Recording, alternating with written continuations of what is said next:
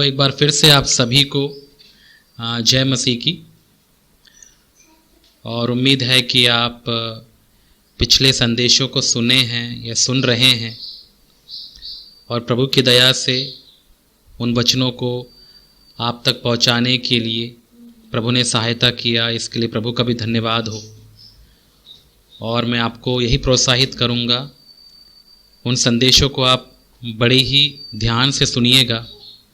वो इसलिए क्योंकि आज के समय में वचन जो बाइबल का जो अध्ययन है बहुत ही कम है।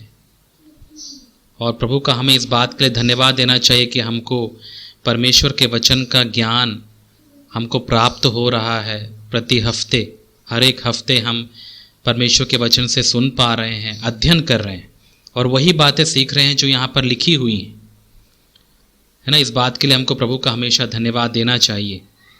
और मैं आपको भी यही प्रोत्साहित करूँगा कि आप बाइबल पढ़ना ना छोड़ें। बाइबल को लेकर बाइबल के वचनों को पढ़िए, उनका अध्ययन करिए, उन पर ही मनन करिए। मनन करने का मतलब है उन पर ध्यान दीजिए, ध्यान लगाइए। जब कोई बातें समझ में नहीं आती है, परमेश्वर से प्रार्थना कीजिए कि प्रभु आपको वो बातें सिखाएं। और पवित्र आत्मा हमें उन बातों को पक्का सिखाएंगे, समझाएंगे, उनके अर्थों को बताएंगे, है ना। भले ही ये बातें बहुत पुरानी हैं, उस समय की बातें हैं, लेकिन आज के समय में हम इसके समझ सकते हैं क्योंकि पवित्र आत्मा आज हमारे साथ है। उस समय में भी पवित्र आत्मा ने ही उनको सिखाया और वही पवित्र आत्मा आज हमें भी इन वचनों को समझाकर इन वचनों का अर्थ हमें बताते हैं ताकि हमें अच्छे से इनको समझ में आए। ओके, तो लगातार बाइबल पढ़ना जारी रखिएगा। आप ये मत सोचिए कि मुझे समझ में तो नहीं आ रहा, मैं क्यों पढ़ूं। पता है, कई लोग ऐसे निराश हो जाते हैं, वो सोचते हैं मुझे समझ में तो आता नहीं, मैं क्यों पढ़ूं इसे। और यही शैतान इसका पूरा फ़ायदा उठा लेता है और वो चाहता है कि हम बाइबल पढ़े ही ना। और याद रखिएगा, यदि आपको बाइबल पढ़ने की आदत नहीं है तो आप आदत लगाइए, आदत करिए। प्रभु से अनुग्रह मांगिए, ताकत मांगिए, हिम्मत मांगिए कि आप बाइबल पढ़ना सीखें। क्योंकि जब आप बाइबल पढ़ेंगे, जीवन के सत्य या सत्यों को आप जानना शुरू करेंगे और आपके झूठ से आपका नाता हमेशा के लिए टूट जाएगा। आप झूठ से छुटकारा पाएंगे क्योंकि ये दुनिया झूठ पर टिकी हुई है। हर जगह झूठ, धोखा, फरेब है। लेकिन बाइबल के वचनों को यदि आप खोल के देखें, वहाँ पर आप पाएंगे सत्य, जीवन का सत्य, परमेश्वर का सत्य, हमारा सत्य, हम कौन हैं, क्या हैं, मनुष्य होने की वजह से हमारा अस्तित्व या हमारा जो उद्देश्य है इस संसार में क्या है, ये सारी बातें बाइबल में दी हुई हैं। इसीलिए हमारे पास केवल एक ही मौका प्रभु ने दिया है। एक बार यदि हम इस संसार को छोड़ दें, हम चाहे जितना भी कोशिश करें, हम बाइबल दोबारा नहीं पढ़ पाएंगे, है ना। परमेश्वर ने हज़ारों बुक्स नहीं दिया हमको पढ़ने के लिए, केवल एक पुस्तक। आप यदि दूसरे धर्म के लोगों को आप जाकर देखिए, उनके पास कितने सारी पुस्तकें हैं और हर एक पुस्तक में अलग अलग बातें हैं। एक पुस्तक दूसरे से मैच नहीं खाती, कंफ्यूज करने वाली चीज़ें हैं। लेकिन प्रभु की दया से हमारे पास केवल एक ही पुस्तक है जो कि परमेश्वर का वचन है और उसे पढ़ने के लिए परमेश्वर ने हमें दिया है। तो इस बात का पूरा फ़ायदा उठाइए, अपने इस जीवन का पूरा फ़ायदा उठाना है आपको। ये मत सोचिएगा कि हम यहाँ इस संसार में पूरा अनंत काल तक रहने वाले हैं। नहीं, हम एक दिन इस संसार को छोड़ेंगे और छोड़ने के बाद हमको पछतावा नहीं होना चाहिए कि हम बाइबल नहीं पढ़ पाए। हम पढ़े लिखे होकर भी, हमको पढ़ना लिखना आते हुए भी हम बाइबल के वचनों को नहीं पढ़ पाए, उस पुस्तक को नहीं पढ़े, इस वचन को नहीं पढ़े, तो ऐसा पछतावा नहीं होना चाहिए मरने के बाद भी। इसीलिए जब हमको प्रभु ने मौका दिया है इस संसार में ही परमेश्वर के वचन को पढ़ने और परमेश्वर के वचन को पढ़ने के द्वारा परमेश्वर को जानने का, तो इसका पूरा आपको फ़ायदा उठाना है, राइट।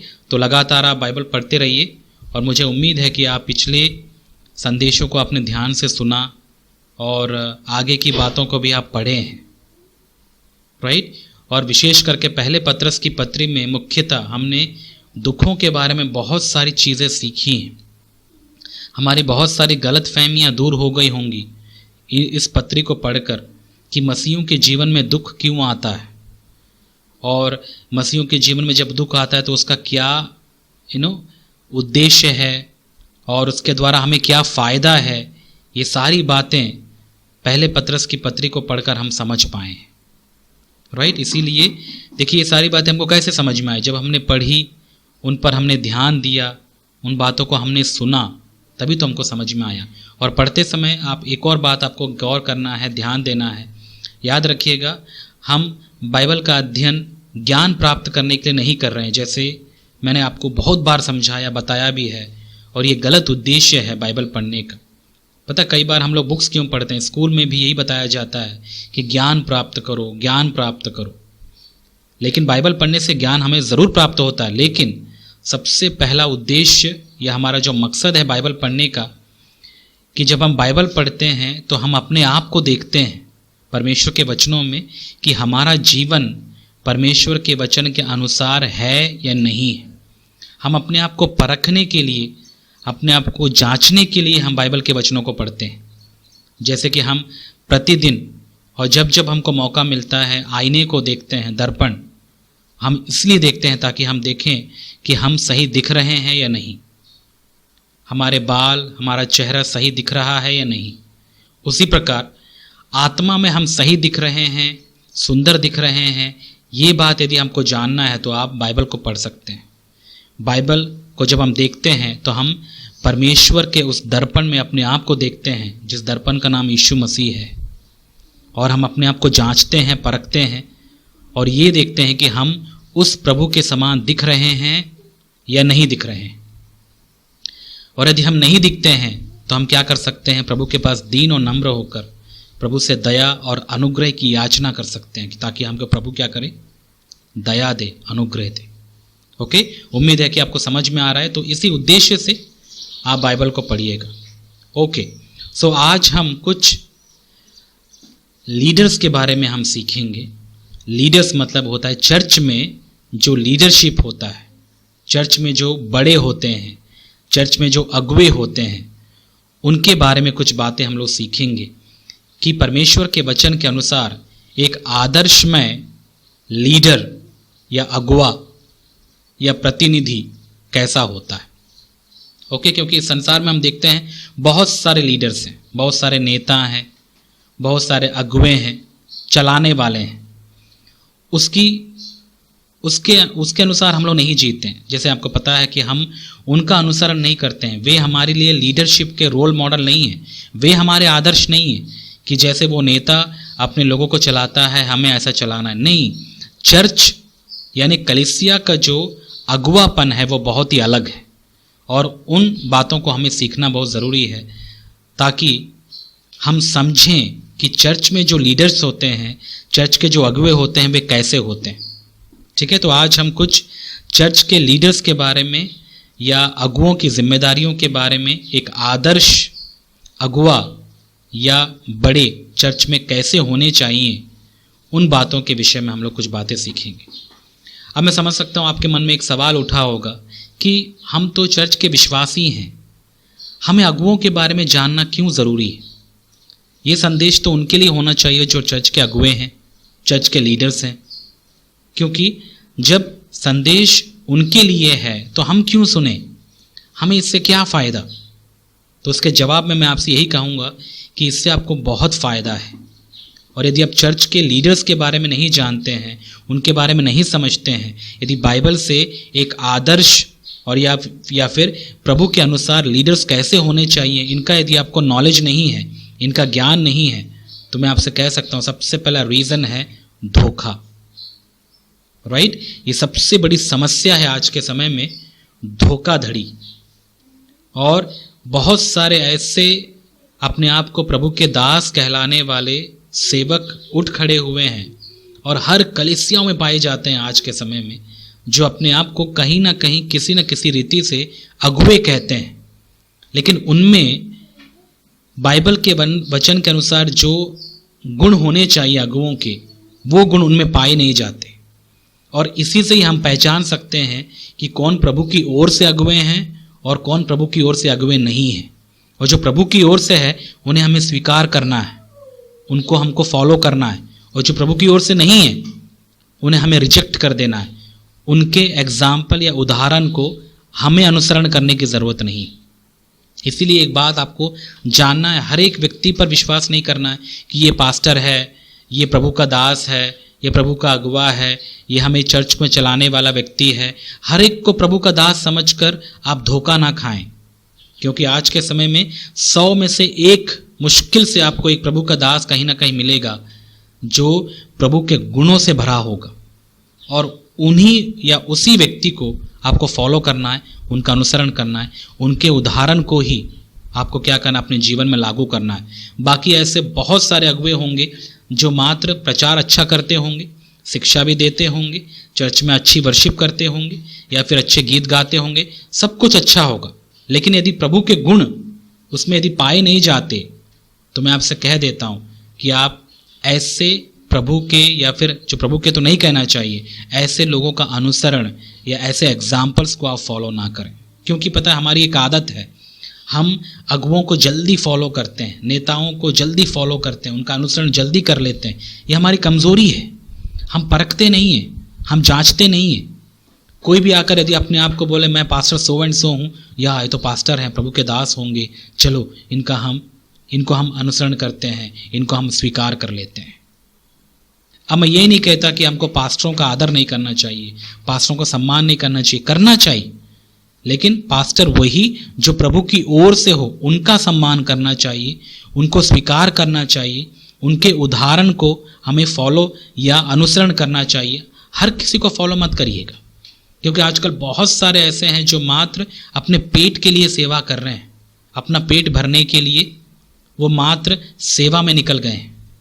प्रभु की ओर से, प्रभु की तरफ से बोझ लेकर, एक दर्शन को लेकर या एक गोल या लक्ष्य लेकर वे लोग नहीं जी रहे हैं। उनके पास केवल एक ही गोल है, मैं कैसे चर्च में एक पास्टर बन जाऊं, कैसे चर्च के लोगों से मैं पैसा ऐंठूं, और मैं कैसे अमीर हो जाऊं और मेरा घर परिवार सुख सुविधा में बीते। इस उद्देश्य से ना जाने कितने लोग आज के समय में पास्टर के रूप में या फिर सेवा के नाम पे निकल गए हैं।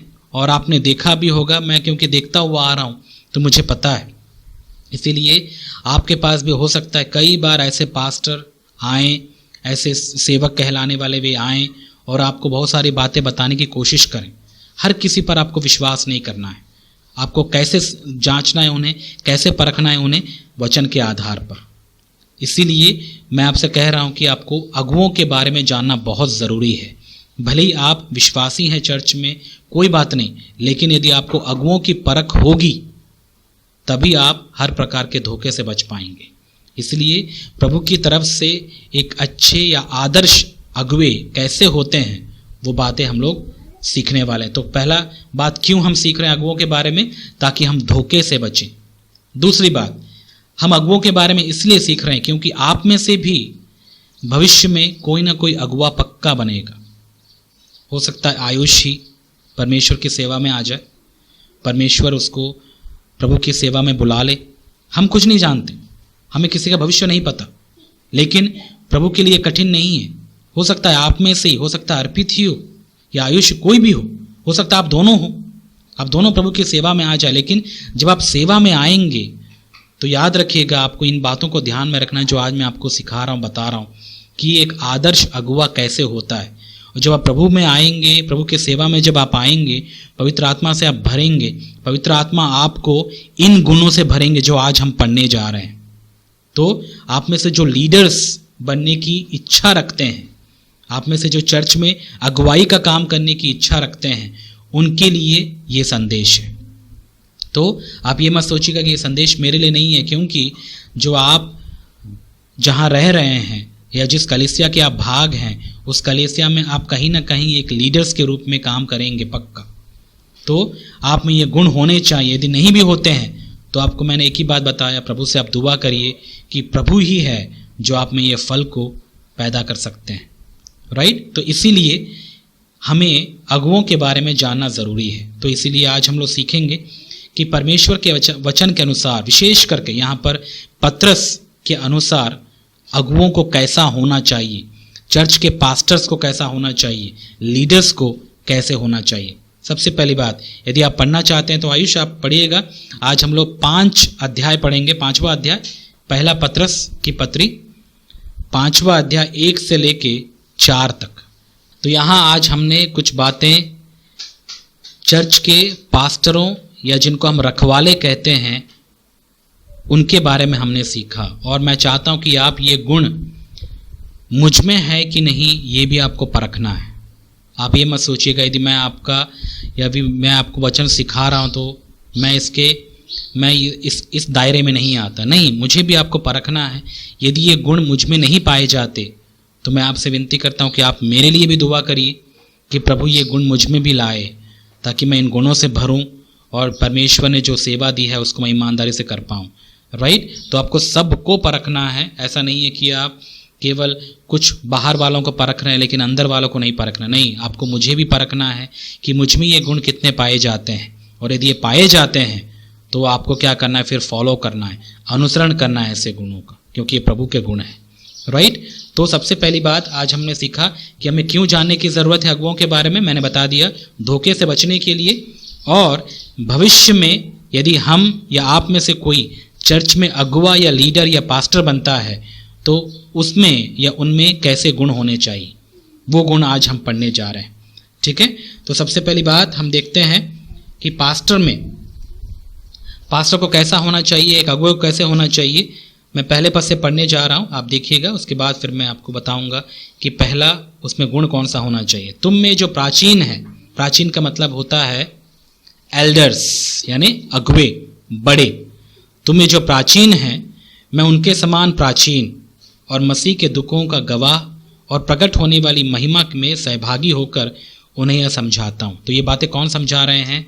हमको पता है कि पतरस, और पतरस खुद एक लीडर है, पतरस खुद एक अगुवे हैं, पतरस खुद एक प्राचीन है। तो एक प्राचीन होकर दूसरे प्राचीनों को या फिर दूसरे चर्च के अगुवों को वो प्रभु में ये बातें सिखा रहे हैं कि कैसे एक चर्च के अगुवे को होना चाहिए। दूसरा पद कि परमेश्वर के उस झुंड की जो तुम्हारे बीच में है रखवाली करो, और यह दबाव से नहीं परंतु परमेश्वर की इच्छा के अनुसार आनंद से। मतलब सबसे पहली बात है रखवाली करो। देखिए, जो पास्टर का मतलब होता है, आप शायद इसके बारे में जाने या ना जाने, पास्टर का मतलब होता है रखवाले, जिसको इंग्लिश में शेपर्ड्स भी बोलते हैं। शेपर्ड्स का मतलब होता है जो भेड़ बकरियां जो चराते हैं, जो उनकी रखवाली करते हैं, उनको शेपर्ड्स कहा जाता है।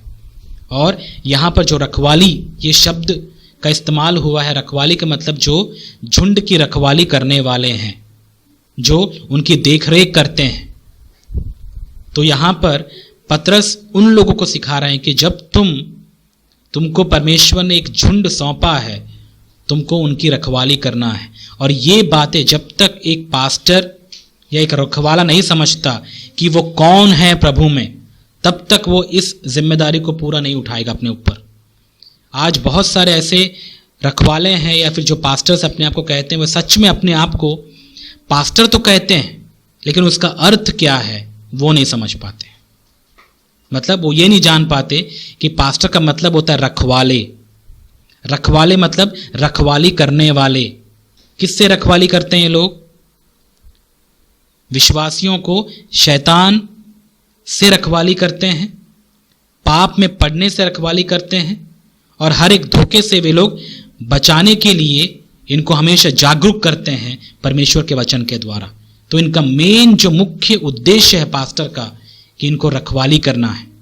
जैसे यीशु मसीह ने अपने लोगों की रखवाली की, यीशु मसीह ने जैसे अपने चेलों की रखवाली की, है ना। हम जानते हैं यीशु मसीह के 12 चेले थे, उनमें से एक तो चोर निकला ही, लेकिन यीशु मसीह ने उन सब की रखवाली की, विशेष करके उन 11 की। तो एक रखवाले की सबसे बड़ी जिम्मेदारी होती है एक पास्टर की। पास्टर का मतलब ही यही है, ये कोई टाइटल नहीं है, ये कोई पद नहीं है, ये एक बहुत बड़ी जिम्मेदारी है जो परमेश्वर कुछ लोगों को देते हैं। ये गुण उनमें डालते हैं कि वे अपने आप को रखवाले समझें। रखवाली करने की जिम्मेदारी परमेश्वर उनको देते हैं। ये लोग चर्च के अगुवे या बड़े या प्राचीन होते हैं, जो चर्च के लोगों की आत्मिक तौर पर और बहुत हद तक शारीरिक तौर पर भी वे लोग इनकी रखवाली करते हैं। इसका मतलब एक पास्टर को सबसे बड़ी उनकी जिम्मेदारी पता है क्या है? कि वे अपने कलीसिया के लोगों की आत्मिक रीति से रखवाली करे। आत्मिक रीति से रखवाली का मतलब उनकी आत्मा शैतान के प्रभाव में ना आए, उनकी आत्माएं पाप के प्रभाव में ना आए, उनकी आत्माएं संसार के चपेट में ना आए, इन बातों की वे लोग बहुत ज़्यादा फिक्र करते हैं। और ये गुण एक अच्छे और सच्चे रखवाले या पास्टर में पाया जाता है। वो हमेशा इसी चिंता में रहता है कि मेरी जो भेड़ें हैं, विशेष करके जो मुझे प्रभु ने झुंड सौंपा है, वे आत्मिकता में बढ़ते जाएं, उन्हें किसी भी तरह से बीमारी का सामना ना करना पड़े, शैतान के तरफ से कोई उनको चोट ना पहुंचे। वे हमेशा यही चाहते हैं कि झुंड जो है, प्रभु के लोग जो हैं, धोखा ना खाएं। इस बात की वे लोग हमेशा चिंता करते हैं, फिक्र करते हैं। वे एक प्रकार के वॉचमैन होते हैं। जैसे वॉचमैन हम जानते हैं, जैसे सिक्योरिटी गार्ड वगैरह, उनका मुख्य काम क्या होता है? वे लोग हमेशा वॉच करते रहते हैं, देखते रहते हैं, आंखें खोलते रहते हैं, कहीं कलीसिया में कुछ पाप तो नहीं आया, कलीसिया में कोई शैतानी बातें तो नहीं आई, सब कुछ ठीक तो चल रहा है, सब आत्मिकता में मजबूत हैं, सब स्वस्थ हैं, आत्मिकता में प्रभु के प्रेम में बढ़ रहे हैं या नहीं बढ़ रहे हैं। यदि उसको कहीं से भी ये एहसास होता है कि कलीसिया में ये बातें आ गई हैं, तो वो क्या करेगा? एक अच्छा वॉचमैन या रखवाला होने के नाते वो उन बातों को कलीसिया से निकालने की पूरी कोशिश वो करता है। और यही बात मैं आपको समझाना चाहता हूँ। रखवाले में ये गुण पहला होता है, वो अपने आप को समझता है कि वो रखवाला है। रखवाली करने के लिए परमेश्वर ने उसको वहां पर रखा है। जो लीडर बनना चाहते हैं आप में से, आप भी इस बात को जानिएगा, यदि आप कलीसिया के अंदर, चर्च के अंदर अगुवा बनना चाहते हैं भविष्य में, तो आपको इस बात को हमेशा अपने दिमाग में डालना है कि आपको एक रखवाले के गुण से अपने आप को भरना है, जिसके लिए प्रभु आपको पवित्र आत्मा के द्वारा सहायता करेंगे। राइट? हमेशा इस बात को याद रखिएगा कि आप एक रखवाले होंगे, तभी एक कलीसिया की आप अच्छी तरह से आप उनको चला पाएंगे, उनको संभाल पाएंगे। और रखवाली की जिम्मेदारी है कि वो हमेशा कलीसिया के लोगों को आत्मिक तौर पर या आत्मिक तौर से उनकी रखवाली करे, उनके लिए प्रार्थना करे और उनके लिए वचन की तैयारी करे, उनको वचन सिखाए, ताकि जब कभी भी उनको ऐसा लगे, या विशेष करके जो कलीसिया के लोग भटकने की ऐसी राह या मोड़ में रहे, तो उनके वचन के द्वारा वे लोग फिर से सही रास्ते पर आ जाए। और इसीलिए आपने देखा होगा, कई बार मैं बहुत ही कठिनाई से या बहुत ही कठिन तरीके से मैं आपसे बात करता हूँ, और मैं समझ पाता हूँ कई बार आपको दुख भी पहुँचता होगा, लेकिन मेरी किसी से कोई दुश्मनी नहीं है। मैं बस यही चिंता करता हूँ कि हर कोई आप में से आत्मिकता में भला चंगा रहे, आप कहीं धोखा ना खाएं, आप शैतान के धोखे में ना आ जाएं, और आजकल के जो झूठे प्रचारक हैं जो यहाँ वहाँ प्रचार करते रहते हैं, उनके धोखे में आप ना आकर अपने ज़िंदगी को कहीं आप बर्बाद ना कर दें। शैतान के धोखे में पड़कर कहीं आप पाप में फिर से ना भटक जाएं। इन्हीं बातों को फिक्र करते हुए, इन्हीं बातों की चिंता करते हुए ही मैं कई बार कुछ कठिन तरीके से तीखे शब्दों का मैं इस्तेमाल करके आपको समझाने या बताने की कोशिश करता हूँ। तो ये आपको नुकसान पहुँचाने के लिए नहीं है, परंतु ये आपकी भलाई के लिए है। तो इसीलिए इन वचनों को कई बार आप स्वीकार करिए। आप ये मत सोचिएगा कि ये मेरे लिए नहीं है, ये आपकी भलाई के लिए। राइट? तो रखवाली के बारे में बता रहा था मैं। जो पास्टर्स हैं वो कौन हैं? रखवाले हैं, जो क्या करते हैं? कलीसिया की रखवाली करते हैं। और मैं समझता हूँ एक सच्चा रखवाला हमेशा अपने झुंड के लिए प्रार्थना अवश्य करता है।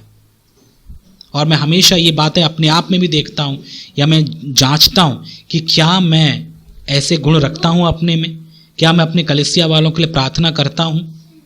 और प्रभु जानते हैं कि मैं कितना प्रार्थना करता हूँ, कितना प्रार्थना नहीं करता हूँ।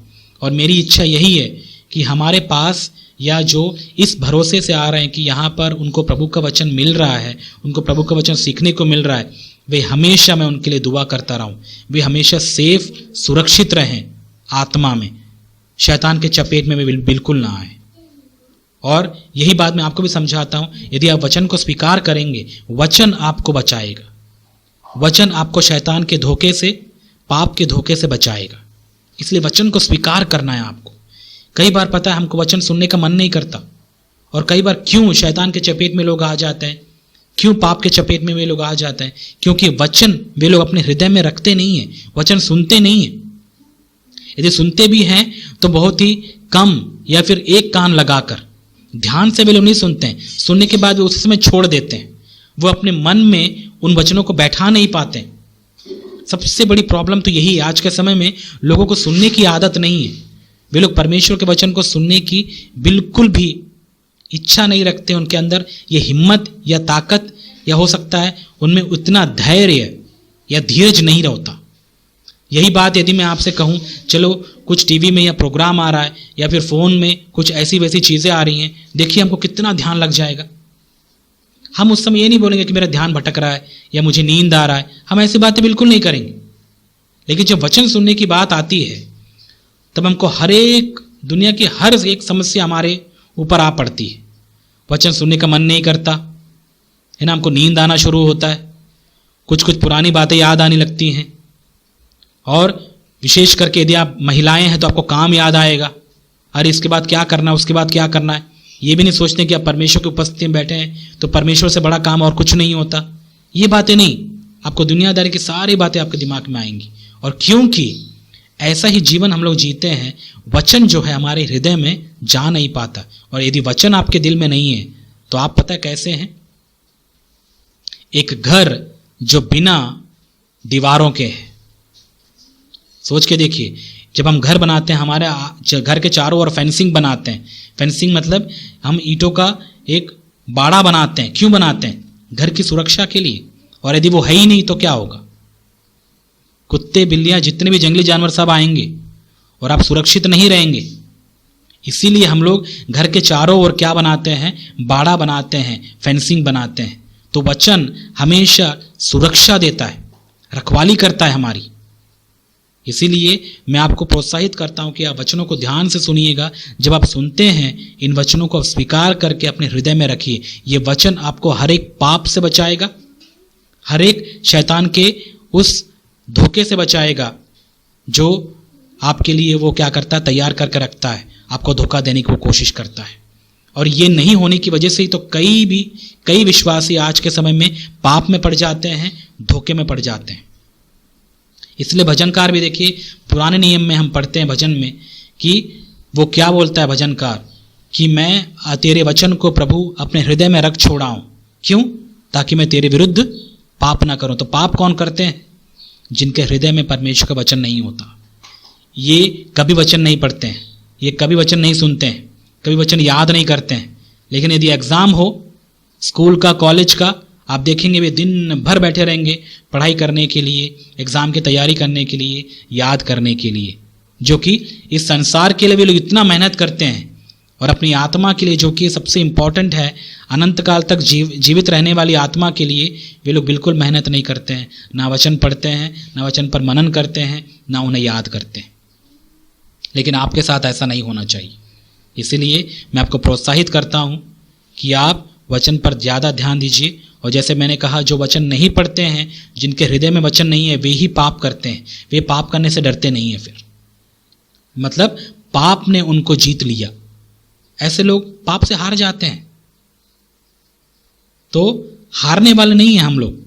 हारने वाले पता है कौन है? जो मसीही नहीं है, जो यीशु मसीह पर विश्वास नहीं करते हैं, वही तो हारते हैं हर प्रकार के पाप से, लालच से, है ना, इस गंदगी या इस संसार की गंदगी या वासना से, और पैसों के लालच से, हर प्रकार की जो संसार की बातें हैं उनसे वे लोग हार जाते हैं। क्यों हार जाते हैं?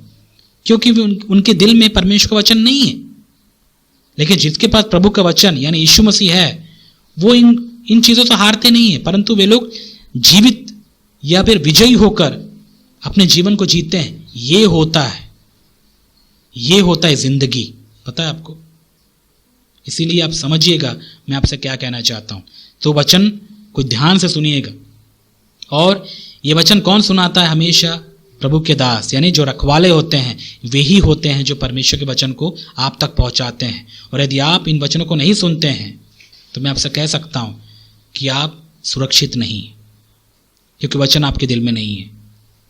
तो आपको फिर कौन बचाएगा? इसलिए ध्यान से आपको वचन को सुनना है। तो मैं आपसे कह रहा था, रखवाली करने वाले आज के समय में होने की बहुत ज़रूरत है। तो यदि आप सेवा के बारे में सोच रहे हैं, चर्च में पास्टर या लीडर बनने की इच्छा रखते हैं, तो आपको इन बातों को ध्यान में रखना है कि एक कलीसिया में जो पास्टर होता है वो कौन होता है? रखवाली करने वाला होता है। कैसे रखवाली करता है? प्रार्थना के जरिए और विशेष करके वचन को सुनाने के जरिए वो कलीसिया को क्या करता है? रखवाली करता है। और यही बात यीशु मसीह ने पतरस से भी पूछा था ना, जब यीशु मसीह तीसरे दिन जब जी उठ के वो आए और जब समुद्र के किनारे जब ये लोग मछली पकड़ रहे थे, मछली पकड़ नहीं पाए, तब यीशु मसीह वहाँ उस किनारे आकर उनको मछली खिलाते हैं और वहाँ पर कुछ बातें कहते हैं। पतरस को, विशेष करके पतरस से पूछते हैं, पतरस तुम मुझसे प्रेम रखता है? तो पतरस कहता हाँ प्रभु, मैं तुमसे प्रेम रखता हूँ। तो वहाँ पर यीशु मसीह उनको एक बात कहते हैं, तो मेरी भेड़ों की रखवाली कर। देख रहे हैं आप, ये जिम्मेदारी पतरस को पता था। पतरस को ये जिम्मेदारी यीशु मसीह ने दी थी और यही बात पतरस आज उस समय के कलीसिया के अगुओं को भी पहुंचा रहे हैं। और यही बात हमें भी सीखने की ज़रूरत है। जो चर्च के रखवाले हैं, चर्च में बड़े हैं या अगुवाई करना चाहते हैं, उनको भी कि हम चर्च के कौन हैं? रखवाले हैं। नाश करने वाले नहीं हैं, रखवाली करने वाले हैं। हमारी जिम्मेदारी है कि हम कलीसिया में आने वाले बच्चे से लेकर बूढ़े तक सबकी हम आत्मिक तौर पर रखवाली करें। इसलिए लगातार हमको प्रार्थना करना ज़रूरी है। विशेष करके जो लीडर्स आप में बनने की इच्छा रखते हैं, आपको हमेशा कलीसिया वालों के लिए दुआ करना चाहिए। एक एक करके उनका नाम लेकर आपको प्रार्थना करना चाहिए ताकि आप अपनी जिम्मेदारी को पूरी करें। तो ये रखवाली करो, ये पहली बात थी। मतलब एक पास्टर को ये पता होता है कि वो कौन है? रखवाला है, ये उसका गुण है। और आगे देखिए, हम पढ़ते हैं आगे में, और यह दबाव से नहीं, दूसरे पद में दूसरा भाग, और यह दबाव से नहीं परंतु परमेश्वर की इच्छा के अनुसार आनंद से होना चाहिए। मतलब जो दूसरा गुण है एक पास्टर में क्या होना चाहिए? वो सेवा या परमेश्वर के झुंड की जो रखवाली है, दबाव से नहीं करता, जबरदस्ती नहीं करता, मजबूरी से नहीं करता, वरन वो कैसे करता है? पूरे आनंद के साथ, अपना सौभाग्य समझकर, परमेश्वर के द्वारा दी गई दया समझकर। समझ में आ रहा है? वो दबाव से नहीं करता, मजबूरी से नहीं करता, वो खुशी से करता है। उसको पता है कि रखवाली करने में कितना दुख होता है, कितना तकलीफ होता है। रखवाली करते करते वे खुद कई बार शैतान का शिकार हो सकते हैं, लेकिन फिर भी वो कभी भी सवाल नहीं उठाता परमेश्वर के प्रति या परमेश्वर के विरुद्ध, तूने मुझे ऐसा क्यों किया, वरन वो खुशी से रखवाली करता है। आपने कभी भेड़ बकरी चराने वालों को देखे हैं आप? जब ये जंगलों में जाते हैं, भेड़ बकरी को लेकर जाते हैं, तो हमेशा एक खतरा रहता है जंगली जानवरों का कि कब उन भेड़ बकरियों को जंगली जानवर खा जाए। लेकिन रखवाला जो होता है हमेशा चौकन्ना रहता है। वो ढीला ढाला है ना, लंगड़ा लूला, या फिर एकदम अपने होश में कहीं होश गवा बैठा हुआ नहीं, ऐसा नहीं होता। बेहोश सा ऐसा नहीं होता। वो बहुत ही जागरूक होता है, क्योंकि जो भेड़ बकरियां होती हैं वे बहुत ही मासूम होती हैं। उनको पता नहीं वे कहाँ जा रहे होते हैं, कहाँ चल रहे होते हैं। तो इनकी रखवाली करने के लिए जो उनके साथ रखवाला चलता है, वो लाठी लिए हमेशा जागरूक रहता है, देखता है कि मेरी सारी भेड़ें या सारी जो मेरे जो लोग हैं वो सही रास्ते में चल रहे हैं, सही जगह में हैं, सुरक्षित हैं कि नहीं है। राइट? यहाँ यदि आप गांव में देखें तो मैं हमेशा देखते रहता हूँ चरवाहों को या रखवालों को, वो कैसे अपने भेड़ बकरियों की रखवाली करते हैं। वो धूप का चिंता नहीं करते हैं, जहाँ भेड़ बकरियाँ रहती है वहाँ पर वो भी रहता है। इससे एक बात पता चलता है कि रखवाले को हमेशा भेड़ बकरियों की सुरक्षा के लिए उनके साथ रहना चाहिए, उनके दुखों में उनके साथ रहना चाहिए, उनके अच्छे समय में उनके साथ रहना चाहिए। और ये बातें मैं भी सीख रहा हूँ एक रखवाला होने के नाते कि मैं कैसे अपने लोगों के दुखों में भी शामिल हूँ, उनके खुशियों में भी शामिल हूँ, विशेष करके उनके दुखों में। और इतना आसान नहीं है, क्योंकि हर कोई स्वार्थी है, हर कोई अपना सोचने वाला है। दूसरों के दुखों में हर कोई नहीं जाता, खुशी में सब कोई, हर कोई शामिल होते हैं, लेकिन दुखों में ऐसा कोई शामिल नहीं होता। तो ये पास्टर के लिए बहुत ही चुनौती भरा समय होता है कि वो दूसरों के दुखों में अपना दुख भूलकर वो क्या करते हैं? उनके दुखों में वे लोग शामिल होते हैं, उनको तसल्ली देने के लिए, उनको हिम्मत देने के लिए, उनकी सुरक्षा के लिए। और ये गुण मैं हमेशा प्रार्थना करता हूँ कि प्रभु मुझ में भी दे, ताकि मैं अपने लोगों के दुखों में मैं दुखी हो पाऊँ, उनके दुखों में मैं भी शामिल हो पाऊँ। और यही बात मैं आपको भी समझाता हूँ, जो आप लीडर्स बनना चाहते हैं चर्च में, आप हमेशा याद रखिएगा कि आप चर्च के या कलीसिया के लोगों के रखवाले हैं। तो आपको क्या करना है? आपकी जिम्मेदारी है कि आप उनकी रखवाली करिए हर एक खतरों से। तो मैं आपको उदाहरण दे रहा था उन चरवाहों का जो धूप नहीं देखते हैं, छाँव नहीं देखते हैं, बारिश नहीं देखते हैं, वे अपने भेड़ बकरियों की रखवाली करते हैं। तो उनसे हमको सीखने की ज़रूरत है। ऐसा ही यीशु मसीह ने भी किया अपने लोगों के साथ। इसलिए यीशु मसीह ने अपने आप को क्या कहा? अच्छा चरवाहा मैं हूँ। और अच्छा चरवाहा क्या करता है?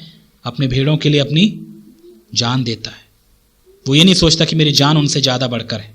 वो अपनी जान देता है, वो अपना समय देता है, वो अपना खून बहाता है, पसीना बहाता है, तकलीफ सहता है।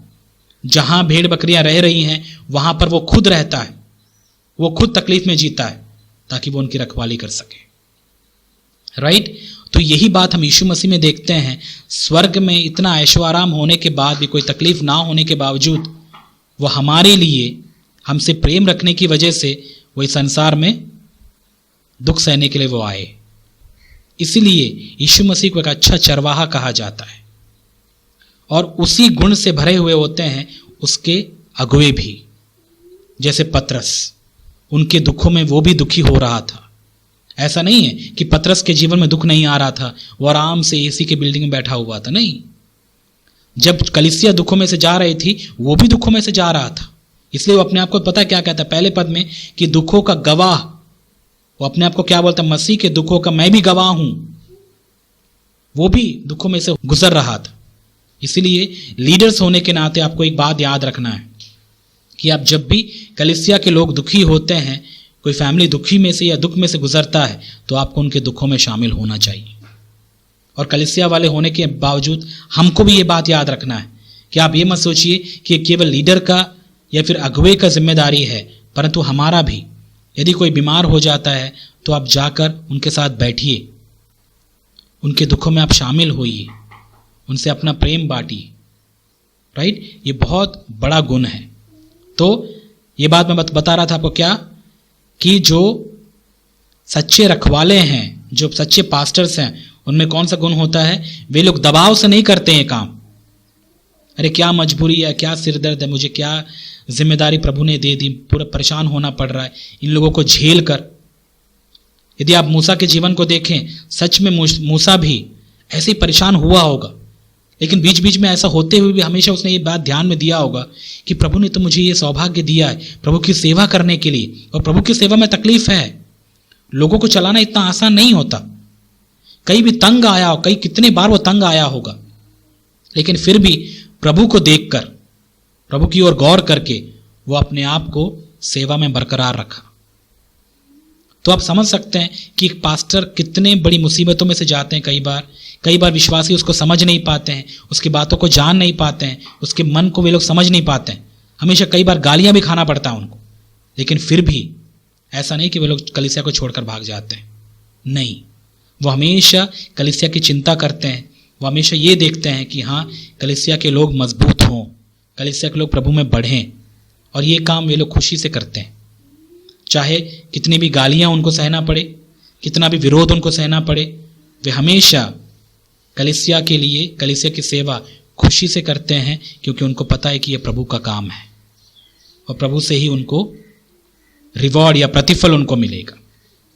समझ में आ रहा है? तो जो पास्टर्स बनने जा रहे हैं या फिर जो इच्छा रखते हैं सेवा करने की आप में से, तो आपको इस बात को याद रखना है कि एक पास्टर होने के नाते, एक कलीसिया का रखवाली होने के नाते आपको बहुत सारी समस्याओं को सामना करना पड़ेगा। विशेष करके कई बार चर्च के लोग आपको नहीं समझ पाएंगे, वे लोग आपको गलत समझ बैठेंगे और आपको नाना प्रकार की बातें भी वे लोग कहे सुनाएंगे। लेकिन याद रखिएगा, फिर भी आपको दुखी नहीं होना है। आपको प्रभु ने जिम्मेदारी दी है, तो आप इस जिम्मेदारी को प्रभु का काम समझकर आप इस जिम्मेदारी को उठाइए और दबाव से नहीं करिए, खुशी से आपको ये सेवा करना है। और इस बात के लिए मैं भी आपसे कह सकता हूं कि कई बार मुझे भी बहुत दुख हुआ, बहुत दुख होता है आज भी। कई बार जब समझाने के बाद भी कई बार विश्वासियों को समझ ना आए तो कई बार परेशानियों में से जाना पड़ता है। आपको लगता है कि पास्टरों की जिंदगी बहुत ईजी होती है? नहीं।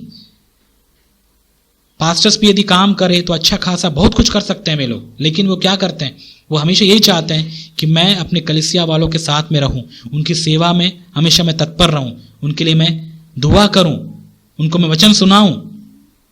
तो ये सब कुछ होने के बावजूद कई बार ऐसा ख्याल भी आता है, मैं क्यों इस ऐसे काम में फंस गया, कि मैं क्यों परेशान हो रहा हूं, क्यों मैं इनकी रखवाली करूं, क्यों उनको वचन सुनाऊं, वचन सुनाने का मुझे क्यों मेरा क्या एक्चुअली मजबूरी क्या है। लेकिन फिर ये बातें मन में आने के बावजूद परमेश्वर का आत्मा फिर अपने प्रेम से भरते हैं, अपने आनंद से भरते हैं और यही समझाते हैं कि ये तेरा सौभाग्य है कि तू प्रभु की सेवा में सहभागी हो पा रहा है। और यही तो एक बहुत बड़ी हिम्मत या फिर बहुत बड़ी जो बात है जो मुझे अब तक सेवा में बना के रखा हुआ है। कई बार मेरे मन में भी ऐसे ख्याल आया कि मैं सेवा छोड़ दूं, क्या कुछ रखा नहीं है, कोई सुनता नहीं है आजकल वचन। हर कोई ऐसे वचन सुनते हैं जो बहुत ही आरामदायक हो, मज़ेदार हो, ऐसे वचनों को सुनना पसंद करते हैं, लेकिन कोई भी सच को सुनना पसंद नहीं करता। तो मैं क्यों सेवा करूं, ऐसा कई बार मेरे मन में भी आया। लेकिन परमेश्वर अपनी बड़ी दया से मुझे अपने आनंद से भरते हैं, प्रेम से भरते हैं, धीरज देते हैं, हिम्मत देते हैं और फिर से सेवा में मुझे खड़ा करते हैं। तो जब मैं ये अनुभव कर सकता हूं तो सोच के देखिए, जब आप सेवा में आएंगे तो क्या प्रभु आपका हाथ छोड़ देगा? बिल्कुल नहीं, आपको भी वो हिम्मत देगा, ताकत देगा। और ये बातें विश्वासियों के लिए एक सबक भी है कि आपको अपने पास्टर को समझना है, उसकी हालत भी समझना है, उसकी दिक्कतों को भी जानना है, वो किस हालातों से गुजरते हैं और इतना कुछ होते हुए भी वो आपको ईमानदारी से परमेश्वर का वचन सच्चाई से सुना रहे हैं ताकि आपकी आत्मा प्रभु में सुरक्षित रहे, मजबूत रहे, आप नर्क में ना चले जाओ। तो सोच के देखिए, आपको उनका भी ख्याल रखना चाहिए। ख्याल का मतलब मैं ये नहीं कहता कि आपको शारीरिक वस्तुओं से उनको भर देना, नहीं। आप कम से कम दिन में एक बार उनके लिए या फिर हफ्ते में ही एक बार कभी आप उनके लिए प्रार्थना कर दीजिए। प्रार्थना करिए कि प्रभु मेरे जो रखवाले हैं, जो हमारी सेवा कर रहे हैं, हमको जो वचन सुना रहे हैं, उनको अनुग्रह प्रदान कीजिए। जो सेवा आपने उनको दी है वे ईमानदारी से कर पाएं, हर एक दुखों में वे मजबूती से टिक पाएं। क्या आप इतना प्रार्थना कर सकते हैं? आपको करना चाहिए। इससे पास्टर को, रखवाले को बहुत हिम्मत मिलता है। और कुछ नहीं, एक सच्चे रखवाले की और कुछ उम्मीद नहीं होती कलीसिया वालों से, मात्र इतना ही कि वे सुनाए गए वचन को ईमानदारी से अनुसरण करें या फॉलो करें और वे कलीसिया के रखवाले के लिए दुआ करें ताकि वो ईमानदारी से प्रभु की सेवा कर पाए। और क्या चाहिए एक रखवाले को, बताइए, राइट? तो इस बात को याद रखिएगा। तो वे लोग क्या करते हैं, दबाव से कोई काम नहीं करते परंतु खुशी से करते हैं। और दूसरी बात ना, अगली, पहला मैंने बता दिया, अपने आप को अगुए या शपर्ड्स या रखवाले समझते हैं। दूसरी बात, वे लोग खुशी से सेवा करते हैं, कलीसिया की रखवाली करते हैं, मजबूरी से नहीं करते हैं, दबाव से नहीं करते हैं। और तीसरी बात जो है, जो हम आगे पढ़ते हैं, देखिए, और नीच कमाई के लिए नहीं, दूसरा पद ही, और नीच कमाई के लिए नहीं पर मन लगाकर, मतलब वो कमाने के लिए कलीसिया की सेवा नहीं करते हैं। कलीसिया की सेवा मतलब वे पैसा कमाने के लिए या इस संसार के धन दौलत को बटोरने के लिए पास्टर का काम नहीं करते हैं। इसका मतलब हो सकता है पतरस के समय में भी ऐसे बहुत सारे सेवक रहे होंगे जो कलीसियाओं में पास्टर का काम, अगुवों का काम कर रहे होंगे। किस लिए? ताकि कलीसिया वालों से वे लोग कमाएं, पैसा ऐंटें, उनका ये उद्देश्य रहा होगा। तभी तो पतरस के मन में भी ये बात आई और इस बात को उसने वहां पर जाहिर किया, जिक्र किया कि अगुवों, तुमको इस बात का ध्यान रखना है कि तुम कमाई करने के लिए कलीसिया में नहीं काम करोगे। और पता यहां पर क्या लिखा है, वो ऐसी कमाई नीच कमाई होती है। ये बात हम गौर नहीं करते हैं। कमाई करना अच्छी बात है। कहां से हमको कमाई करना चाहिए पता है? जहां से हम कमा सकते हैं, काम करके वहां से कमाइए, ईमानदारी का कमाइए। लेकिन जो कलीसिया को लूट कर या फिर कलीसिया के लोगों से कमाता है, अपना पेट भरता है, मांग कर उन पर दबाव डाल के उनसे पैसे हासिल करता है या उनको लूटता है, तो ये कमाई नीच कमाई है, यहां पर हम पढ़ रहे हैं। और नीच कमाई कभी भी आदमी को खुश नहीं रखता, इस बात को याद रखिएगा। तो मैं क्यों बता रहा हूं आपको, ऐसे नीच कमाई करने वाले आज के समय में बहुत सारे पास्टर्स हैं जो कलीसिया में भरे पड़े हैं। उनका पूरा उद्देश्य कलीसिया के लोग होते हैं और वे ये सोचते हैं कि ज्यादा लोग होंगे ज्यादा कमाई होगा। मैं यहां पर भी, जब मैं यहां रह रहा हूं, मैं भी आसपास देखते रहता हूं, कलीसिया में ये पास्टर्स काम ही इसलिए कर रहे हैं कि कलीसिया से कैसे वे लोग कमाएं, और उनको कुछ काम करना नहीं आता और वो कुछ काम ही नहीं कर सकते हैं। मेहनत वे लोग बिल्कुल नहीं कर सकते। वे केवल इसी ताक में रहते हैं कि कलीसिया के लोगों को कैसे बैठा के रखें, उनको कैसे रखें और उनसे दशमांश के नाम पे कैसे उनको लूटा जाए। और ये चीज़ें दबाव से की जाती हैं। देखिए, देना गलत नहीं है, कलीसिया के लोग पक्का देते हैं अपने प्रेम से, खुशी से। जो अपने मन से, अपने प्रेम से देते हैं, उनसे लेने में किसी भी सच्चे प्रभु के सेवक को दुख नहीं होता। लेकिन पता है गलत कहां पर है, जब दशमांश के नाम पे दबाव डाल के ये चंदा वो चंदा दुनिया भर की भेंट इकट्ठा करके जब पास्टर दबाव देते हैं कलीसिया के लोगों को, तब ये गलत है। इसको बोलते हैं नीच कमाई। इसका मतलब यदि कोई पास्टर आपसे मांगता है, दशमांश लेता है, देना गलत नहीं है, लेकिन जब मांगता है तो मांगने वाला प्रभु का सेवक नहीं है, और वो कौन हो सकता है? वो भिखमंगा है, भिखारी है, इसलिए वो मांग रहा है, वो प्रभु का सेवक नहीं हो सकता। राइट? तो यहां पर हम एक बात पढ़ते हैं, और ये कमाई जो है नीच कमाई है। एक अच्छी कमाई होती है जिसमें आशीष होती है, ईमानदारी से कमाने वाली बातें, लेकिन नीच कमाई इसमें आशीष नहीं होता। और ऐसे लोग भले ही शारीरिक तौर पर वे अपने आप को अमीर कर लें इस संसार में, लेकिन याद रखिएगा उस कमाई में कोई आशीष नहीं होता। आत्मिक तौर से वे लोग कंगाल होते हैं। इसीलिए क्योंकि वो जानते भी हैं आत्मिक तौर पर वे कंगाल हैं, इसलिए शारीरिक तौर पर वे लोग अपने आप को धनी करना चाहते हैं। आज के समय में बहुत सारे आप पास्टर्स देखेंगे करोड़पति हैं, बहुत कमाते हैं, और ये सब कमाई कहां से होता है उनको? कलीसिया से वे लोग कमाते हैं। और वो बोलते हैं प्रभु के लोग हमें दे रहे हैं, दे नहीं रहे हैं, आप मांग रहे हैं। और उनको कलीसिया में लाने के लिए ऐसे काम आप कर रहे हैं ताकि वे कलीसिया में आए और दें। और जो पैसा आता भी है वो कलीसिया के लोगों के लिए इस्तेमाल नहीं होता, प्रभु के काम के लिए इस्तेमाल नहीं होता, वो पास्टर के पॉकेट में जाता है। आपको लगता है कि ये सच्चे पास्टर्स हैं? ये होते हैं प्रभु के सच्चे आदर्श में जो एल्डर्स या बोल सकते हैं, या फिर प्राचीन या बड़े, ऐसे होते हैं? बिल्कुल नहीं। मैं आपको क्यों समझा रहा हूं पता है? ये मैं आपको सच्चाई बता रहा हूं पास्टरों की, या जो प्रभु के नाम पे सेवा करने वाले उन लोगों की, कि ऐसा हो रहा है, होता है। और यदि आपके साथ ऐसा आपके साथ होने लगे, यदि कोई पास्टर आपको मांगे, तो मैं आपको सीधे सीधे कह देता हूं, आप ये बात सोच लीजिएगा, वो प्रभु का दास नहीं है। और मैंने अपने 22-23 साल के सेवा में मैंने हमेशा इस बात को याद रखा, मैं भले ही भूखे मर जाऊंगा लेकिन मैं कभी किसी से मांगूंगा नहीं। जिसको देना होगा वो खुशी से देगा प्रभु के काम के लिए, लेकिन अपने घर के लिए, घर चलाने के लिए, अपने बच्चों के लिए, अपने परिवार के पालन पोषण के लिए मैं कभी नहीं मांगूंगा। मैं जिसका काम कर रहा हूं उसी से ही मांगूंगा, लेकिन मैं कभी चर्च के लोगों से नहीं मांगूंगा। ये मैंने ठान लिया था जब मैं सेवा में आया, और अब तक मैंने इस गवाही को बना के रखा है।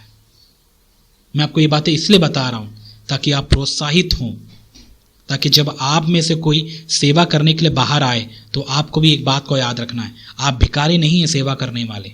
आपको यहाँ वहाँ मांगने की जरूरत नहीं है, और जो देने वाले हैं वे प्रभु से प्रेम रखने वाले हैं, वो पक्का देंगे, और उसमें से प्रभु आपके घर को चलाएगा।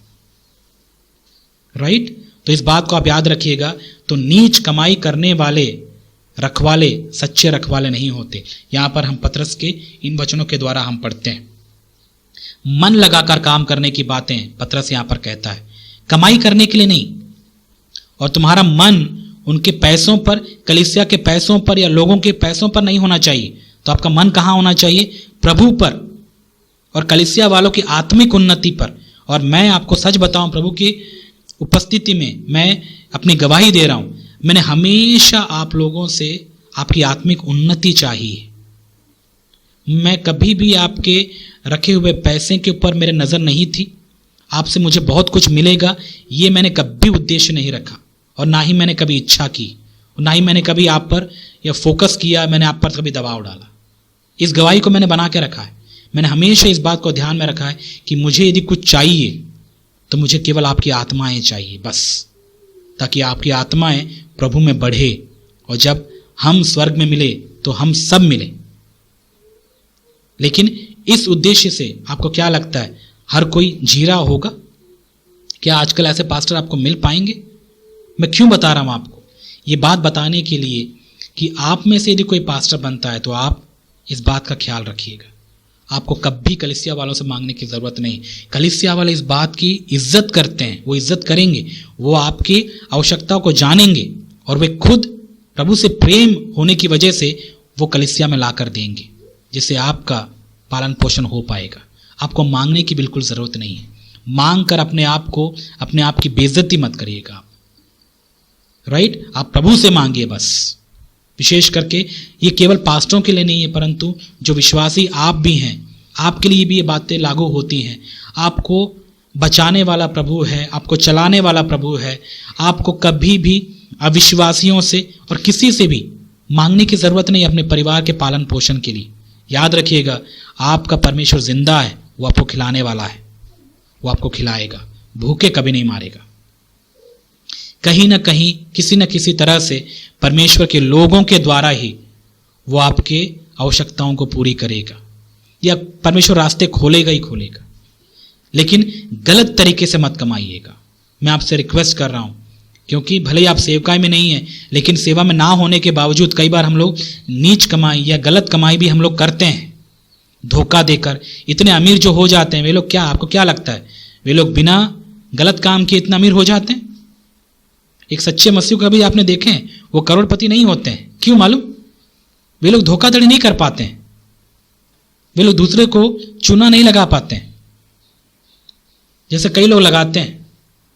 इसीलिए वे लोग क्या करते हैं, पैसों में वे लोग अमीर तो हो जाते हैं, लेकिन मन में वे लोग कंगाल होते हैं, उनके पास कुछ नहीं होता। इसलिए जैसे जितेंद्र भाई हैं, विनोद भाई हैं, और जो भी आप कमाने वाले हैं, ईमानदारी से पैसा कमाइएगा, ईमानदारी का पैसा आप रखिएगा। आप गलत तरीके से कुछ भी, यदि 1 रुपया भी आप लाते हैं घर में, वो 1 रुपया आपके लिए बहुत नुकसानदायक होगा। वो एक श्राप है जो हम घर में लेकर आते हैं। इसलिए ऐसी कमाई बिल्कुल ना करें जिससे आपको लगता है कि ये सही नहीं है, प्रभु का महिमा देने वाला नहीं है। नीच कमाई हमको नहीं करना है। मेहनत की कमाई खाइए, फ्री वाली कमाई भी आपको नहीं खाना। राइट? और इसलिए जुआ वगैरह, ये दुनिया भर का जो चीजें खेलते हैं लोग, ये सब नीच कमाइयां हैं। ऐसी होता है नीच कमाई, जिसमें आपका मेहनत नहीं लगा, बिना मेहनत के आप बस खा रहे हैं। ये गलत है। राइट? तो याद रखिएगा, ऐसी चीजें प्रभु को पसंद नहीं है, और हमको ऐसा करना भी नहीं है। तो भले आप विश्वासी हैं, लेकिन जब पास्टर के लिए ये बातें लागू होती हैं तो आपके लिए भी ये बातें लागू होती हैं। आपको भी कोई भी ऐसा नीच कमाई के द्वारा अपने घर को पालन पोषण नहीं करना है। सच्चाई से, ईमानदारी से आप काम करिए, मेहनत करिए। यदि आपको थोड़ा पैसा भी मिलता है उसमें, परमेश्वर थोड़े का आपको आशीष देगा। हाय उन लोगों पर जिन पर बहुत पैसा है, लेकिन वो सारी कमाई नीच कमाई है, वो सब कूड़ा करकट है, वो सब कीड़े पड़ जाएंगे उसमें। वो कभी भी, ऐसे लोग संतुष्ट नहीं होते। आपने कभी अमीरों को देखा है? पैसा होता है उनके पास, अच्छा बिल्डिंग होता है, एसी में होता है, लेकिन मन में कितनी बेचैनी होती।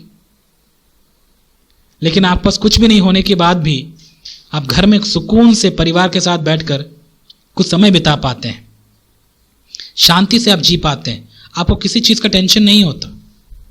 इसीलिए पैसे के लालच में भी बहुत पैसा होगा तो खुशी होगा, ये सब गलत विचार है।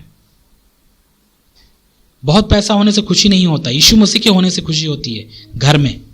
उसके बाद पैसा हो या ना हो, उससे कोई फर्क नहीं पड़ता। तो प्रभु है तो शांति है, खुशी है, बाकी कुछ रहे या ना रहे, राइट। इसलिए आप जॉब करने वाले हैं, मैं आपसे विनती करता हूं कि आप कभी भी ऐसे गलत तरीके से मिले हुए चीज़ों को या फिर ऐसे कमाई को आप मत करिएगा। ईमानदारी से कमाइए, प्रभु उसमें ही आपको आशीष देंगे, राइट। तो ये बात मैंने बताया आपको, क्या जो गुण मैंने बताया अभी आपको, कि जो प्रभु के सच्चे रखवाले हैं वे लोग कभी भी नीच कमाई या गलत तरीके से वे लोग कमाते नहीं हैं।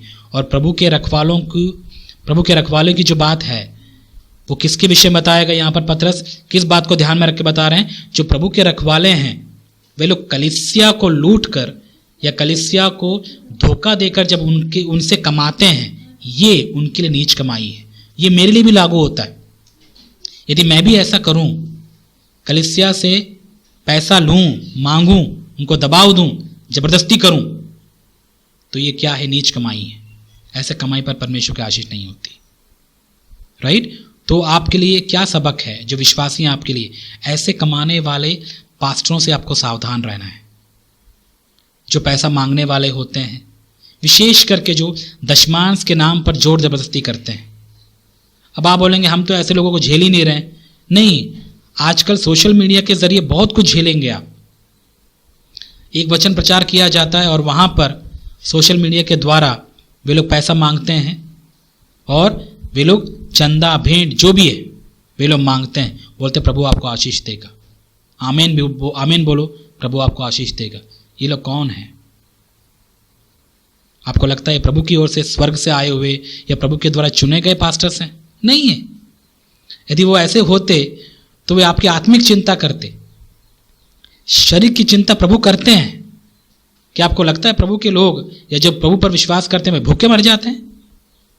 क्या यीशु मसीह ने नहीं कहा इन पक्षियों को देखो, वे ना तो बोते हैं ना काटते हैं, फिर भी परमेश्वर पिता इनको खिलाता है, तुम्हारा मूल्य तो इनसे बढ़कर है। उन चिड़ियों को देखो, क्या परमेश्वर की नजर आप पर नहीं है? जब परमेश्वर उनको खिलाता है तो क्या परमेश्वर हमको नहीं खिलाएगा? तो प्रभु तो इन बातों की चिंता करते ही है ना। हमें चिंता करने की क्या जरूरत है? हमें चिंता यदि करना है तो हमें आत्मिक चिंता करने की जरूरत है कि मेरी आत्मा प्रभु में सुरक्षित है, स्वस्थ है कि नहीं है। कहीं मैं कोई आत्मिक बीमारी में जूझ तो नहीं रहा हूं। कई लोग पता आत्मिक बीमार होते हैं, शरीर में भले चंगे होते हैं लेकिन आत्मिक बीमारी उनको पकड़ी हुई होती है। कैसे? आलस, प्रभु के वचन पढ़ने में आलस, प्रार्थना करने में आलस, राइट, बाइबल पढ़ने में आलस, चर्च जाने में आलस। ये बीमारी नहीं तो और क्या है? लालच, दुनियादारी की जो जो चीजें दिख रही हैं सब कुछ चाहिए मुझे, ये बीमारी है, आत्मिक बीमारी। वासना, हर कोई गंदा काम, और आज के समय में नाना प्रकार के काम है। ये बीमारी नहीं तो क्या है? बंदा बीमार है, आत्मा में बीमार है वो व्यक्ति। इसी को बोलते हैं आत्मिक बीमारियां। और बहुत सारे ऐसे, नफरत, कई लोगों के अंदर कूट कूट कर भरा होता है। लोग ये प्रेम कर ही नहीं पाते हैं, इनके अंदर से प्यार आएगा ही नहीं, हमेशा नफरत, अपने चर्च में आने वालों से भी। तो नफरत ये बीमारी है। इन बीमारियों के लिए तो यीशु मसीह ने कोड़े खाए हैं। चंगे हो जाते हैं जो यीशु मसीह पर विश्वास करते हैं, और जो यीशु मसीह पर विश्वास नहीं करते हैं वे हमेशा बीमार ही रहते हैं। स्वार्थ, अपने बारे में सोचने वाले, ये सब बीमारियां हैं, आत्मिक बीमारियां।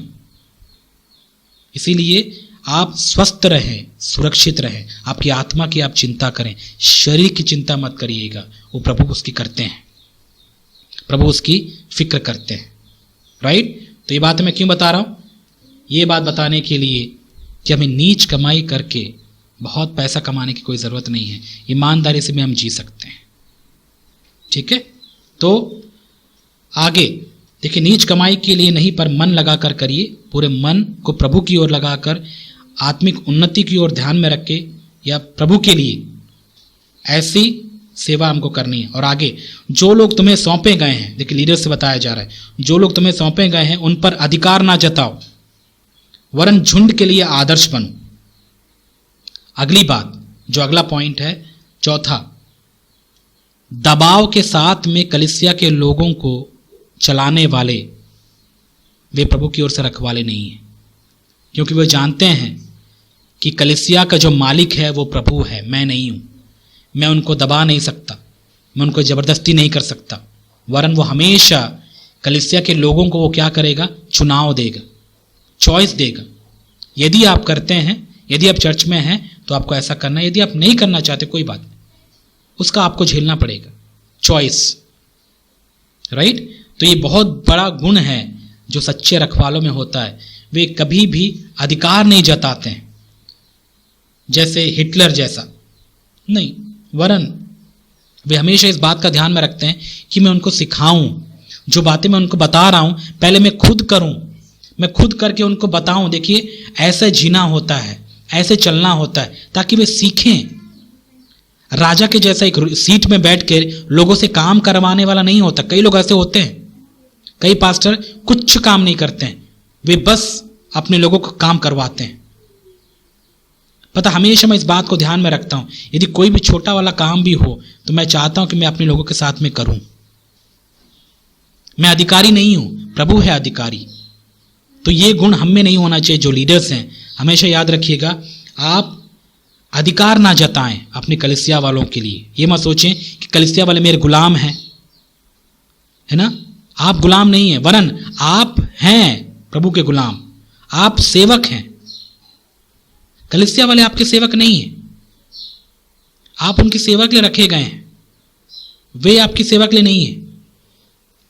तो इसलिए मैं कोई अधिकार नहीं जता सकता, मैं कोई हक नहीं जता सकता कि आपको मेरा काम करना पड़ेगा। अभी आपने देखा होगा, जब मैं वहां पर आपके पास में भी था, कभी मैं आपको पर्सनल काम नहीं करवाया वहां पर, कभी नहीं। यदि आपने किया भी होगा तो आपने अपने मन से किया होगा, लेकिन मैंने कभी भी अपना पर्सनल काम, व्यक्तिगत काम नहीं करवाया। मेरा पैर दबवाना, मेरा सेवा करना, मेरे लिए खाना बना के दो, ऐसा कभी हुआ? पता नहीं, कई कलीसिया में होता होगा। कई पास्टर अपने घर के कपड़े भी धुलवाते हैं विश्वासियों से। पास्टर के बच्चों को स्कूल से भी लेकर आना पड़ता है, नहीं? वे पास्टर्स हैं, सोच के देखिए कैसे कलीसिया वालों को अपना गुलाम बना लिया हम। जितना कलीसिया वाले हैं उतना ही वो पास्टर है। हम सब भाई भाई हैं। मदद करने की बात अलग होती है, मदद मांगना कोई गलत नहीं है, लेकिन यूज करना, उनका इस्तेमाल करना, यह है भयंकर पाप। यूज नहीं कर सकते आप किसी को। और इस बात का मैंने हमेशा ख्याल रखा है कि मैं कभी किसी विश्वासियों को अपने पर्सनल काम के लिए यूज नहीं करूंगा। यदि मुझे मदद की जरूरत भी होती है, मैं मदद मांग लूं, भाई थोड़ा मेरी मदद कर दो, मुझे हेल्प की जरूरत है। मदद मांगना गलत नहीं है, यूज मत करिएगा। अपने फायदे के लिए कभी भी कलीसिया वालों को यूज मत करिएगा। ये बहुत गंदी आदत है। एक लीडर को ये शोभा नहीं देता, एक रखवालों को ये शोभा नहीं देता। कई पास्टर्स धमकी देते हैं कलीसिया वालों को, यदि प्रभु के घर में या प्रभु के दास के घर में जो काम है यदि आप नहीं करेंगे तो प्रभु कैसा आशीष देगा तुम्हें। कभी सुना है आपने ऐसा? मैं देखा हूं बड़े बड़े पास्टर्स वहां पर भी, पंजाब में भी धमकी देते हैं, मेरा घर शिफ्ट हो रहा है भाई यहां से वहां, तुम नहीं आओगे, यदि प्रभु के दास का सेवा नहीं करोगे तो बोलो क्या होगा, तुमको प्रभु आशीष देगा। ये क्या है पता है? धमकी है, ये डरा रहे हो। ऐसा होता है। इस बात का हमेशा एक सच्चा रखवाला ध्यान में रखता है पास्टर, कभी नहीं। कलीसिया वाले मेरे गुलाम नहीं है जो मेरे चलाए चलेंगे, ये मेरे पर्सनल काम के लिए। और एक पास्टर जो दीन और नम्र है वो हमेशा एक बात बोलेगा, भाई मेरी मदद कर दो प्लीज, मुझे मदद की जरूरत है। रिक्वेस्ट, अधिकार नहीं जताएगा, वो रिक्वेस्ट करेगा। तो इसलिए मैं आप सबको एक बात कहना चाहता हूं, जैसे आयुष हैं, जितेंद्र हैं, कलीसिया में भी जब आप काम कर रहे हैं ना, आप कभी भी किसी के ऊपर अधिकार मत जताइए, अरे ऐसा कर, वो कर, ये कर, वो कर, नहीं। उससे अच्छा आप रिक्वेस्ट करिए, क्या आप करेंगे भाई, ये कर देंगे आप प्लीज। जैसे समझो आज कलीसिया के काम के लिए कुछ काम आ गया तो बोलिए, भाई प्लीज आप एक काम कर दीजिए। रिक्वेस्ट करना सीखिए, अधिकार मत जताइए, ये हम लोग को शोभा नहीं देता, राइट। लेकिन जो झूठे रखवाले होते हैं, झूठे अगुवे होते हैं, पास्टर्स होते हैं, वे लोग अधिकार जताते हैं, वे कलीसिया के लोगों को गुलाम बनाते हैं, अपने घर का खाना ही बनवाते हैं वे लोग। अब आप बोलेंगे आपको कैसा पता? मैं सब झेल के आया हूं, मैं देखा हूं सब। मैंने कहीं बुलाया आपको अपने घर का खाना बनाने के लिए? कभी नहीं रहे। लेकिन आप में से कुछ प्रभु से प्रेम करने वाले थे, जब हम बीमार भी थे तो आप खुद ही अपनी मर्जी से, प्रेम से जो भी आप लाते थे हम लोग खा लेते थे।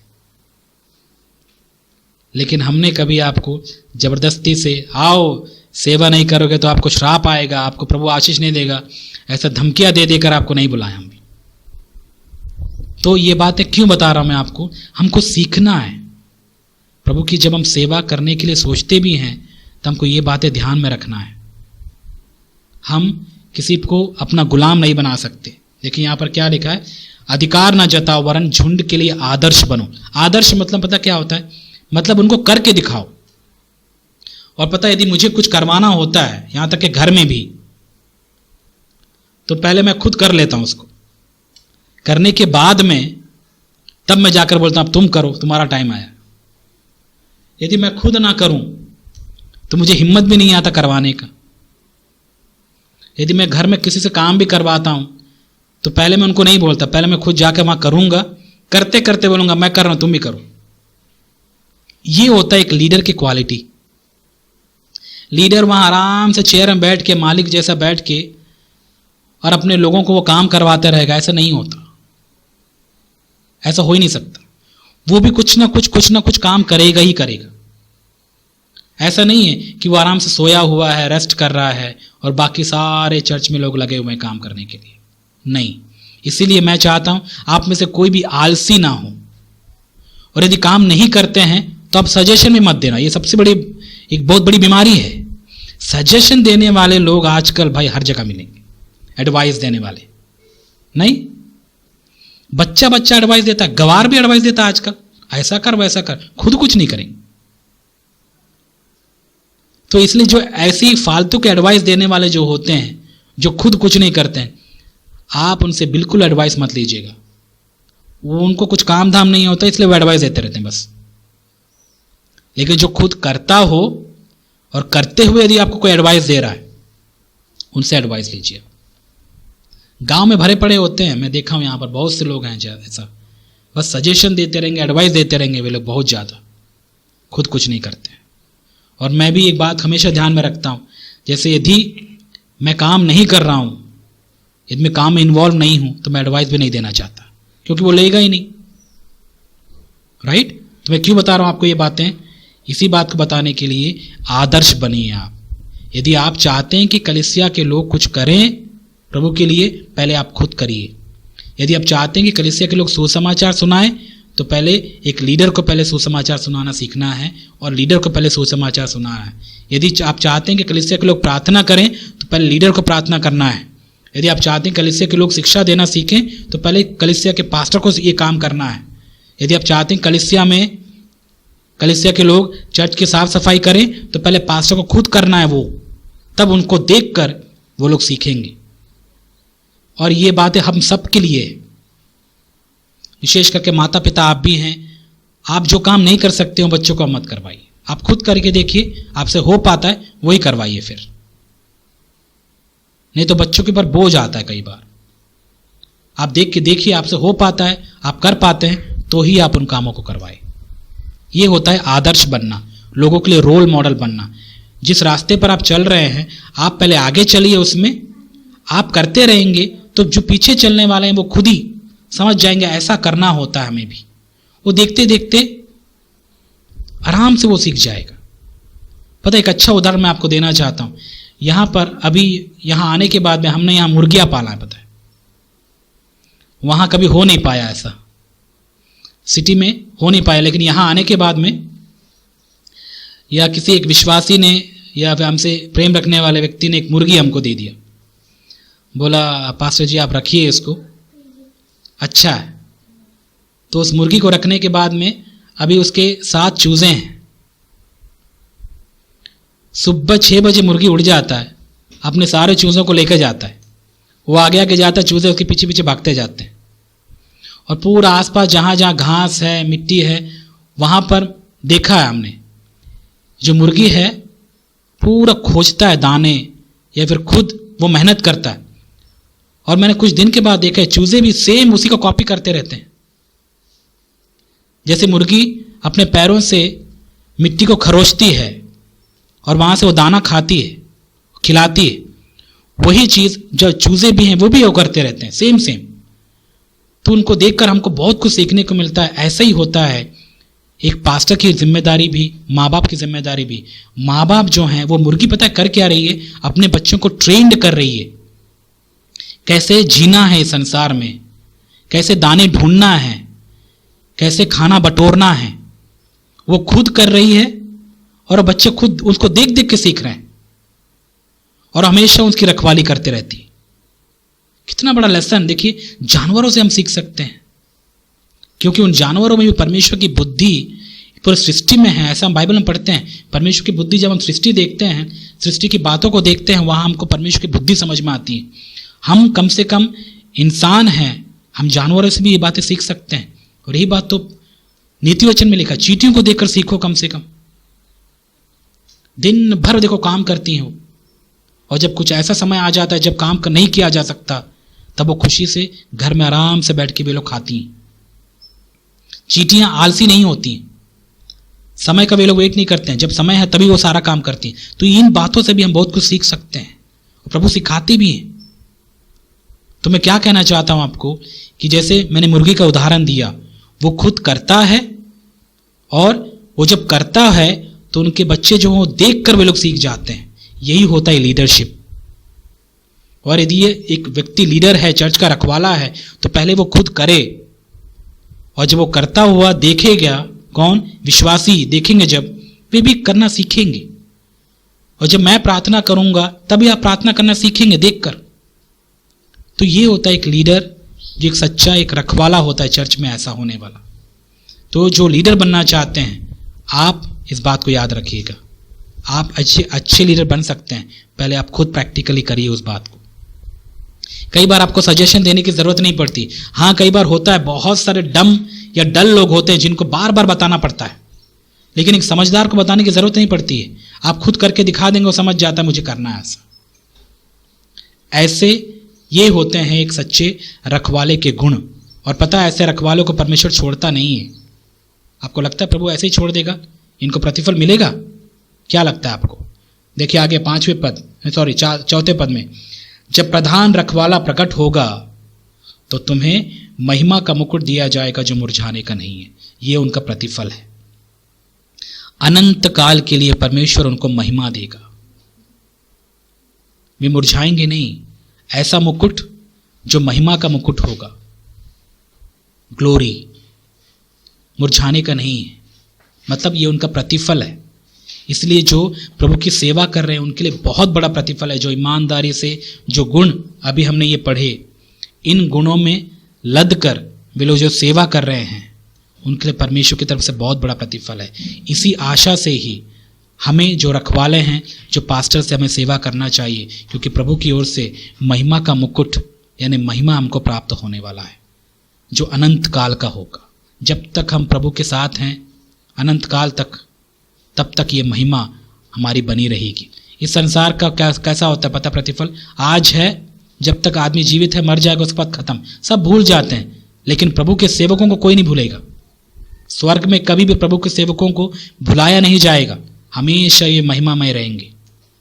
इसका मतलब है कभी मुरझाने वाला मुकुट, मुरझाने वाला नहीं है मुकुट। मतलब ऐसा मुकुट जो कभी मुरझाएगा नहीं, हमेशा महिमामय रहेगा। तो इतनी बड़ी इज्जत प्रभु अपने सेवकों को देते हैं। तो मैं यदि आपसे पूछूं, बताइए आप में से कितने प्रभु की सेवा करना चाहते हैं, कलीसिया के रखवाले बनना चाहते हैं? और यदि आप बनने की इच्छा रखते हैं, प्रभु से दुआ करिए आप कि प्रभु मुझ में ये गुण चाहिए, मैं बनना चाहता हूँ। मुझे रखवाले की मेंटालिटी या मानसिकता चाहिए प्रभु कि एक रखवाला होता कैसे है। और मैं चाहता हूँ कि ये काम मैं दबाव से ना करूँ, मजबूरी से ना करूँ, परंतु खुशी से करूँ।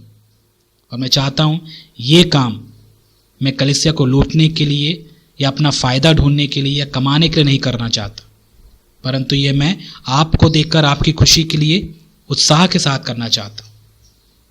और आखिरी बात, ये काम मैं दबाव से नहीं करना चाहता या दूसरों पर हक जताते हुए नहीं, परंतु लोगों के लिए एक आदर्श बनकर मैं जीना चाहता हूँ।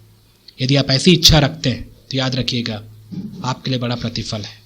और पता दुख की बात क्या है, आजकल बहुत सारे जो जवान बच्चे हैं, कलीसिया के लोग हैं, सेवा नहीं करना चाहते। सेवा करने की इच्छा उन्हें बिल्कुल नहीं है। हर कोई चाहता है कि वो बाहर जाकर कमाए, संसार के तौर पर अच्छा बड़ा व्यक्ति बने, कमाकर अपना परिवार चलाए, बस यही इच्छा है। सेवा करने की इच्छा कौन रखता है बताइए? सेवक का मतलब ही है दुख सहना। आपको दुख सहना आना चाहिए, आपको झेलना आना चाहिए। इस संसार में यदि वो दुख सहता है तो उस संसार में जब प्रभु आएंगे तो उस व्यक्ति का जो प्रतिफल है बहुत बड़ा है। इस संसार में यदि आप नौकरी करके जीते भी हैं तो ये नौकरी करने के बाद आपको कुछ ना कुछ मिलेगा, ये संसार वाले आपको देंगे, लेकिन वो जब तक आप हैं तब तक, उसके बाद खत्म है। लेकिन जो प्रभु की सेवा कर रहे हैं उसके साथ क्या। और यही बात तो मुझे हमेशा खुशी रखता है कि इतने साल जब मैं सेवा किया हूँ या कर रहा हूँ, मुझे पता है कुछ भी मेरा नुकसान नहीं हुआ। इस संसार में यदि मैंने बहुत कुछ पाया, नहीं भी पाया हो, लेकिन जब मैं वहाँ जाऊँगा प्रभु के वचन के अनुसार, प्रभु में मैं चमकूँगा, प्रभु मुझे महिमा देंगे, मैं आशीषित होऊंगा। राइट? तो ये उम्मीद के साथ में यदि आप सेवा करते हैं तो प्रभु आपको बहुत आया से आशीष देंगे। ओके, उम्मीद है कि आपको ये वचन समझ में आए हैं। तो आज हमने किसके बारे में सीखा?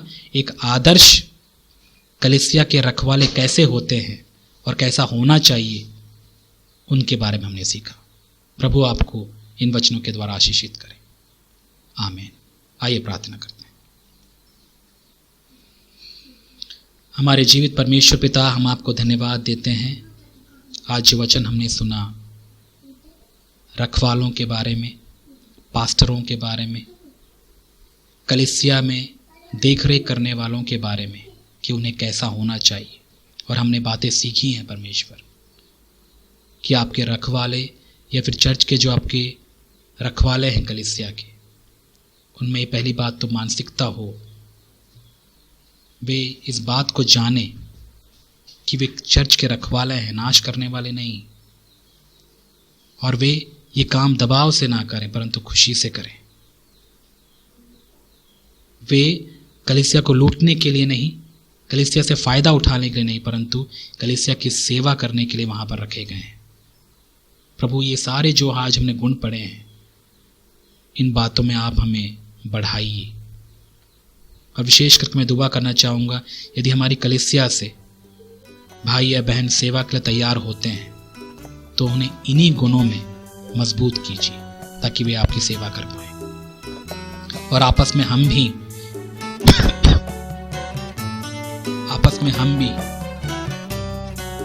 इन्हीं गुणों के साथ एक दूसरे की सेवा कर पाएं, ऐसी आप हमारी सहायता करें।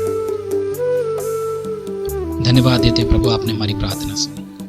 यीशु मसीह के नाम से प्रार्थना करते हैं, आमीन। मैं जी नहीं सकता, मैं जी नहीं सकता तेरे बगैर खुदा, मैं जी नहीं सकता।